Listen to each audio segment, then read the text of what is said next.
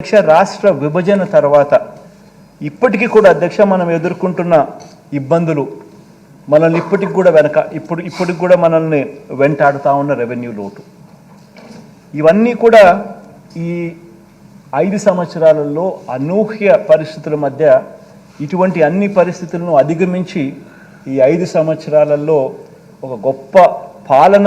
చేయగలిగాము అని చెప్పి కూడా గర్వంగా కూడా చెప్పగలను. అధ్యక్ష ఇక నేను చెప్పిన ఈ 4 అంశాలకు సంబంధించి అధ్యక్ష ఒకసారి గమనించినట్లే అయితే అధ్యక్ష కోవిడ్ అధ్యక్ష ఈ కోవిడ్కి సంబంధించి ఈ కోవిడ్ కారణంగా అధ్యక్ష ఈ 2 ఆర్థిక సంవత్సరాలు ప్రపంచంతో పాటు మనం కూడా అధ్యక్ష అనేక సవాళ్ళను ఎదుర్కోవాల్సిన పరిస్థితి వచ్చింది అధ్యక్ష. రాష్ట్ర ఆదాయాలు దాదాపుగా 66,000 కోట్ల రూపాయలు మనం కోల్పోయాం అధ్యక్ష ఈ 2 సంవత్సరాలలో. కోవిడ్కి సంబంధించి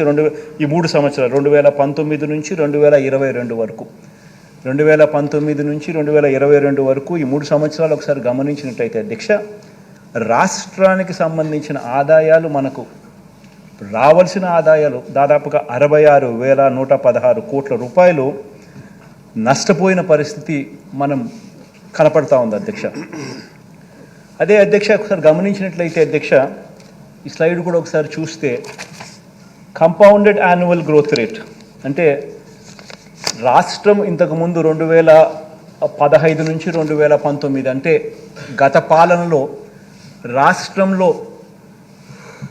స్టేట్ ట్యాక్స్ రెవెన్యూస్ ఏ రకంగా పెరిగాయి అని చెప్పి చూస్తే రాష్ట్రంలో పెరిగిన స్టేట్ ట్యాక్స్ రెవెన్యూస్ దాదాపుగా 13.29% ప్రతి సంవత్సరం compounded annual growth rate tax revenues పెరుగుతూ పోతూ ఉన్నాయి. అంటే నేను అంటా ఉన్నాను నాకు అధ్యక్ష రాష్ట్రంలో ఆదాయం ట్యాక్స్ రెవెన్యూస్ ఈ సంవత్సరం ఇంత ఉంది అని అంటే రేపు సంవత్సరం పెరిగేదే కానీ తగ్గేది ఎక్కడా ఉండదు అని చెప్పి ఆ రకంగా గత 5 సంవత్సరాల గత 5 సంవత్సరాలు చూస్తే state compounded annual growth rate of state tax revenues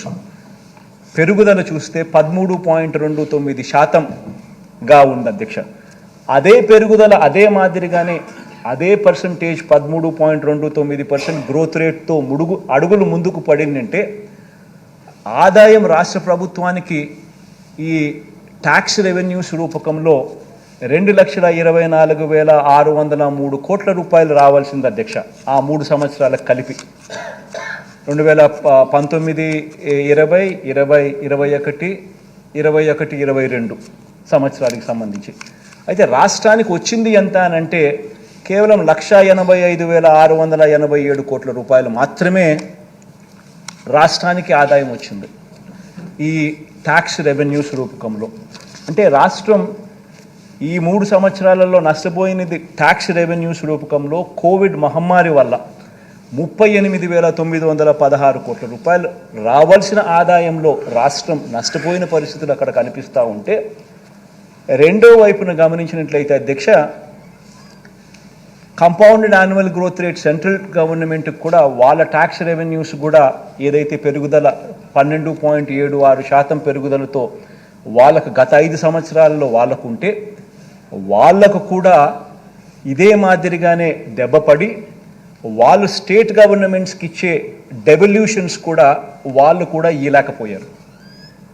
అనుకున్న మేరకు వాళ్ళు కూడా ఇవ్వలేకపోయిన పరిస్థితుల కారణంగా వాళ్ళకు ఆ పరంగా కూడా చూస్తే 27,200 కోట్ల రూపాయలు ఆ రకంగా మనకు డెవల్యూషన్స్లో మామూలు పరిస్థితుల్లో అయితే కేంద్ర ప్రభుత్వం నుంచి మనకు రావాల్సిన డెవల్యూషన్స్ మనకు రావాల్సిన డబ్బులు కేంద్రం నుంచి మన వాటాగా రావాల్సిన డబ్బులు కూడా మనం కోల్పోవడం జరిగింది. ఆ 2 పరంగా చూస్తే 66,116 కోట్ల రూపాయలు రాష్ట్ర ఆదాయాలు మనకు నష్టపోయిన పరిస్థితులు ఈ 3 సంవత్సరాల కాలంలో మనం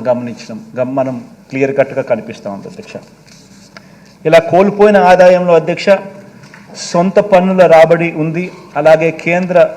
పన్నులలో రావాల్సిన వాటా కూడా 2 కూడా ఉంది అధ్యక్ష. ఆదాయాలు కోల్పోవడం, ఖర్చుల భారం పెరగటం, తద్వారా అప్పులు పెరగటం ఇవన్నీ కూడా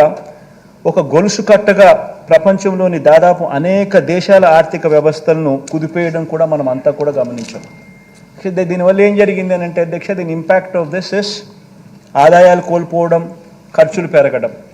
ఈ రెండిటి వల్ల ఏం జరిగింది అని అంటే మన ఏం జరిగిందని అంటే దేశమే కాదు అధ్యక్ష, ఇతర దేశాలు కూడా, including our country, including every state, including country, including దేశాలు కూడా, అందరూ కూడా అప్పులు పెరగటం, ఇవన్నీ కూడా ఒక గొలుసు కట్టుగా ప్రపంచంలోని దాదాపు అనేక దేశాల ఆర్థిక వ్యవస్థలను కుదిపేయటం కూడా మనం అంతా చూసాం.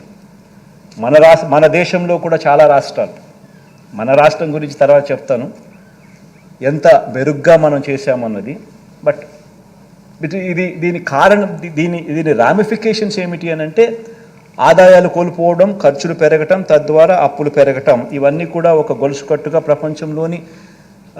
దేశమే కాకుండా ప్రపంచంలోని అన్ని దేశాల పరిస్థితి కూడా అదే అయింది. అలాంటి పరిస్థితుల్లో అధ్యక్ష,